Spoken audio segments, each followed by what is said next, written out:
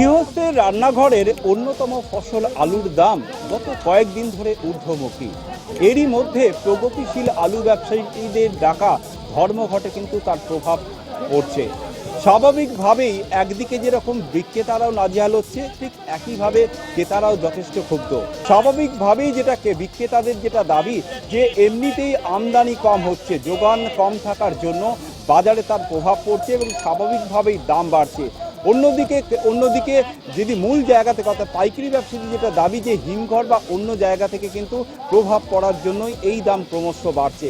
যদিও এরই মাঝে প্রগতিশীল আলু ব্যবসায়ী ধর্মঘটের কারণে তাদের কারণে কিন্তু সমস্যায় পড়ছে খুচরো এবং পাইকারি বাজারে। কারণ তাদের ধর্মঘটের কারণে আলু ঠিকমতো যোগান হচ্ছে না বা ঠিকমতো সাপ্লাই হচ্ছে না এই সব বাজারে। ক্রেতারাও কিন্তু যথেষ্ট ক্ষুব্ধ। ক্রেতাদের দাবি যে রান্নাঘরের অন্যতম ফসল এই আলু, তার দাম যদি ক্রমশ ঊর্ধ্বমুখী হয় সেক্ষেত্রে কিন্তু তারা নাজেহাল হচ্ছে। বিশেষ করে গত কয়েকদিনে কাঁচা সবজির দাম কিছুটা নিয়ন্ত্রণে হলেও আলু অন্যতম ফসল, সেটার দামের জন্য কিন্তু সরকার প্রশাসন দেখুক।